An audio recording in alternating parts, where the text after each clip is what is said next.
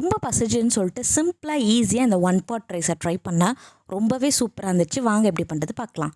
இப்போ ஒரு குக்கரில் எண்ணெய் ஊற்றி எண்ணெய் நல்லா காஞ்சோன்னா கடுகு, கருவேப்பிலை, நல்லா தட்டி போட்ட பூண்டு போட்டுக்கோங்க. வரமிளகாய் போட்டு நல்லா வதக்கிக்கோங்க.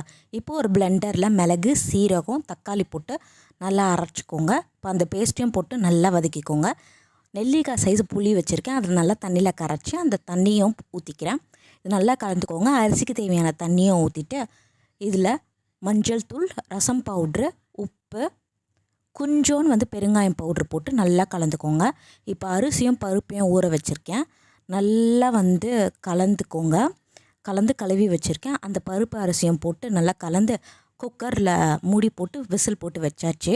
ஒரு 2 விசில் போட்டு திறந்திங்கன்னா சூப்பரான ஒன் பாட் ரைஸ் ரெடி. இது தொட்டுக்க கோவக்காய் உருளைக்கிழங்கு பொரியலோடு சாப்பிடும்போது சூப்பராக இருந்துச்சு. இந்த ரெசிபி பேர் தெரிஞ்சுன்னா கமெண்ட் பண்ணுங்கள், சப்ஸ்கிரைப் பண்ணிட்டு லைக் பண்ணுங்கள். வச்சு பாய்.